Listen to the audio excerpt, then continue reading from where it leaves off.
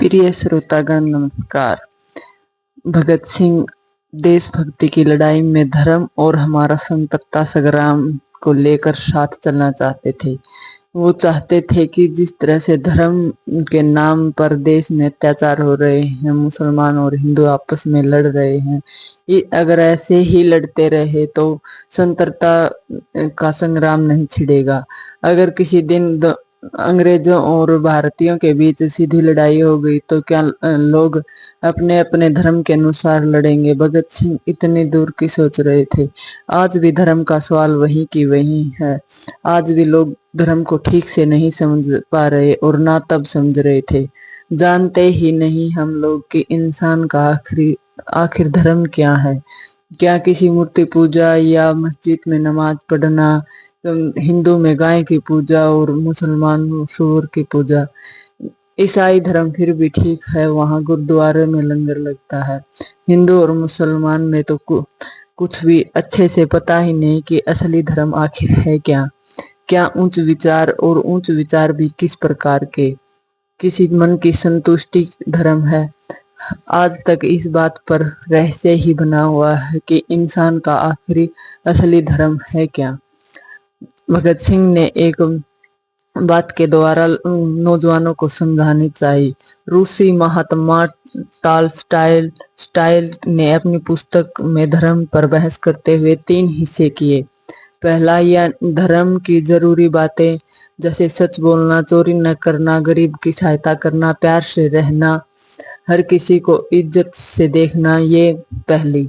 दूसरी है जन्म, मृत्यु, पुनर्जन्म, संसार रचना आदि का दर्शन। इसमें आदमी अपनी मर्जी के अनुसार सोचने और समझने का प्रयत्न कर सकता है। तीसरी है रस्मों रिवाज, मतलब यह है कि पहले हिस्से में सभी धर्म एक हैं, सभी कहते हैं कि सच बोलो, झूठ न बोलो, प्यार से रहो। इन बातों को कुछ सज्जनों ने कहा है, इसमें तो झगड़े का प्रश्न नहीं उठता। इस ऐसे अनेक विचार हर आदमी में होने चाहिए। दूसरा है फिलोसफी का प्रश्न। असल में कहना पड़ता है कि फिलोसफी आदमी को कमजोर बनाती है या आदमी को दूरदर्शी। जहां भी आदमी देख सके वहां कोई झगड़ा नहीं होना चाहिए। जहां कुछ नजर न आया वहीं दिमाग लड़ना शुरू कर दिया और खास निष्कर्ष निकाल लिए। वैसे तो फिलोसफी बड़ी जरूरी चीज है, क्योंकि इसके बगैर उन्नति नहीं हो सकती, लेकिन इसके साथ साथ शांति होनी भी बड़ी जरूरी है। हमारे बुजुर्ग कह गए हैं कि मरने के बाद पुनर्जन्म भी होता है। ईसाई और मुसलमान इस बात को नहीं मानते।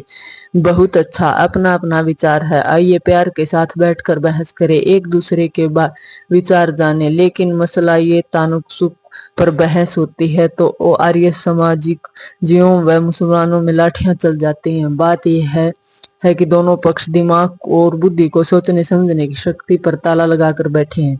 वे समझते हैं कि वेद भगवान में ईश्वर ने इसी तरह लिखा है और वही सच्चा है। मुसलमान कहते हैं कुरान में सिर्फ खुदा ने इसे लिखा और यही सच्चा है। अपनी सोच की शक्ति को छुट्टी दी हुई है। जो फिलोसफी हर व्यक्ति की निजी राय से अधिक महत्व नहीं रखती, तो एक खास फिलोसफी मानने के कारण भिन्न गुट बने हुए हैं, तो इसमें क्या शिकायत हो सकती है। अब तीसरी बात है रस्म रिवाज की। सरस्वती पूजा वाले दिन सरस्वती की मूर्ति का जुलूस निकालना जरूरी है। उसमें आगे आगे बैंड बाजा बजना भी जरूरी है, लेकिन हरमीन रोड के रास्ते में एक मस्जिद भी आती है। इस्लाम धर्म कहता है मस्जिद के आगे बाजा ना बजे। अब क्या होना चाहिए? नागरिक आजादी का हक कहता है कि बाजार में बाजा बजाते हुए भी जाया जा सकता है, लेकिन धर्म कहता है कि नहीं। इनके धर्म में गाय का बलिदान जरूरी है और दूसरे में गाय की पूजा लिखी हुई है। अब क्या हो, पीपल की शाखा कटते ही धर्म में अंतर आ जाता है, तो क्या किया जाए। तो यही फिलोसफी पर रस्म रिवाज के छोटे छोटे भेद बाद में जाकर बन जाते हैं और अलग अलग संगठन बनने के कारण बनते हैं। परिणाम हमारे सामने है। सो यदि धर्म पीछे लिखी तीसरी और दूसरी बात के साथ अंधविश्वास को मिलाने का नाम है, तो धर्म की कोई जरूरत नहीं, इसे आज ही उड़ा देना चाहिए। पहली और दूसरी में संतृप्त विचार मिलाकर धर्म बनता है तो धर्म को मुबारक, लेकिन अलग अलग संगठन और खाने पीने का भेदभाव मिटाने जरूरी है। छूत अछूत शब्दों को जड़ से निकालना होगा। जब तक हम अपनी तंगदिली छोड़कर एक न होंगे तब तक हम वास्तविक एकता नहीं हो सकती। इसलिए सब बातों को जानना बहुत जरूरी है।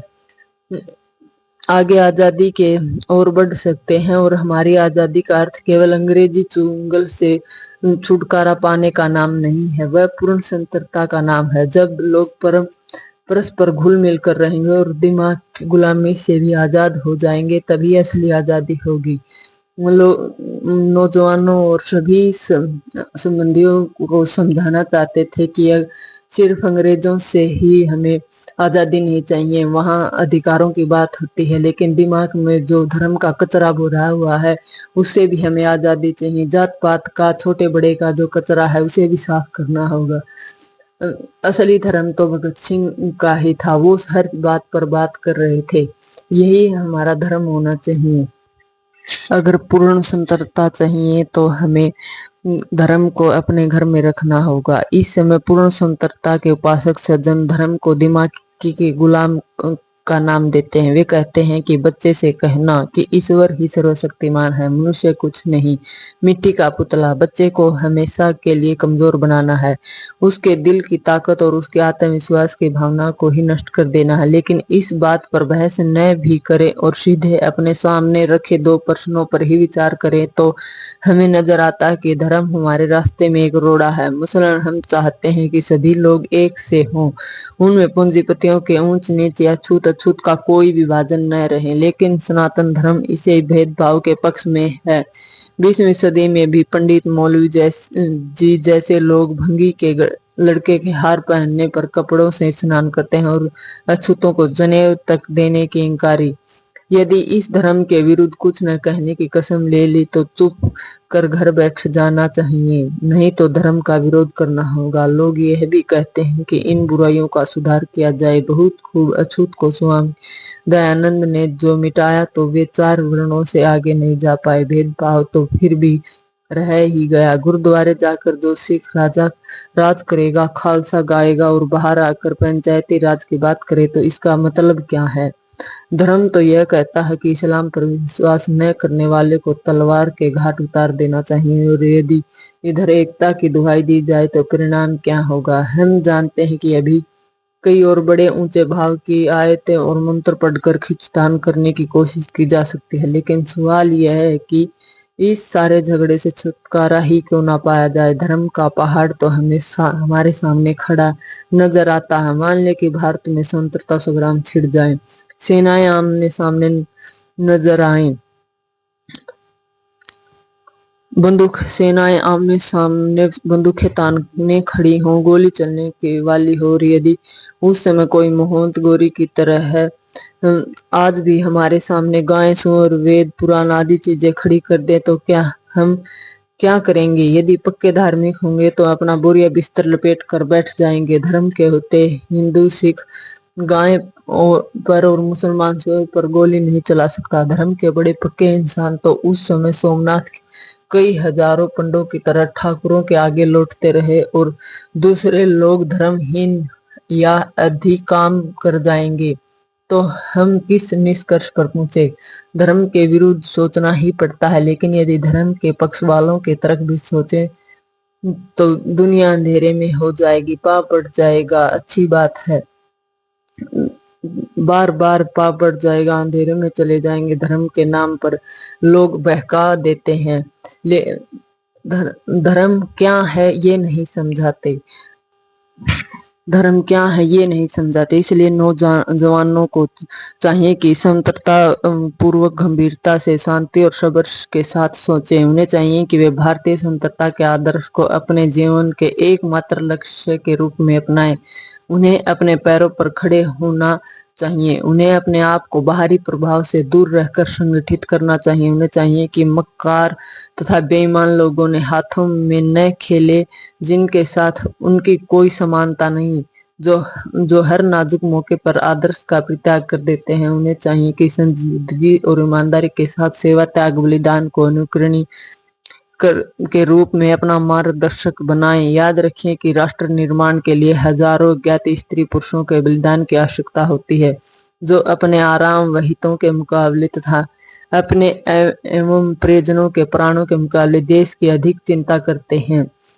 इस प्रकार वो नौजवानों को स्वतंत्रता संग्राम के लिए तैयार कर रहे थे। वे हर बात, हर मुद्दे को उठा रहे थे। देश के हर नागरिक को देश की हर बीमारी से अवगत करा रहे थे कि सिर्फ अंग्रेजों से लड़ना ही हमारा काम नहीं है, हमें अपने आप से भी लड़ना होगा, हमारे आसपास हो रहे अत्याचारों से भी लड़ना होगा। अंग्रेज कुछ पूंजीपतियों को तो खुश कर ही रहे थे, मर तो गरीब जनता ही रही थी, जो हर प्रकार से मर रही थी।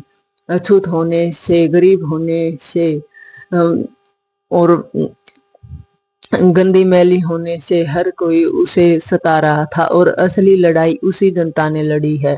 बड़े नेता तो आराम से कुर्सी पर बैठकर सिर्फ भाषण देते हैं, लेकिन लड़ाई तो असली गरीब जनता ही लड़ती है। इसलिए गरीब का सम्मान करना बहुत जरूरी है। अगर कोई देश में गरीब नहीं बचेगा, सब समान रूप से जिएंगे, तो लड़ाइयाँ कम होंगी।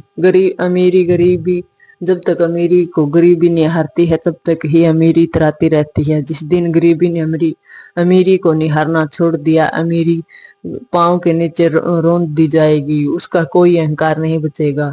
इसलिए अमीरी गरीबी को समझना होगा और उसे अपने देश से जड़ से मिटाना होगा। और ये तभी हो सकता है जब हम भगत सिंह जैसे उच्च विचार वाले लोगों को पढ़ेंगे, जो हर बात पर बोलते थे, सिर्फ एक ही दिशा में काम नहीं कर रहे थे। इसलिए दोस्तों, भगत सिंह को पढ़ना बहुत जरूरी है। हम इसी उद्देश्य से ये वीडियो बनाते हैं। आप हमारे वीडियो को लाइक करें, चैनल को सब्सक्राइब करें। आप हमें हौसला देते हैं भगत सिंह की तरह कि हम लड़ सकते हैं। नमस्कार दोस्तों।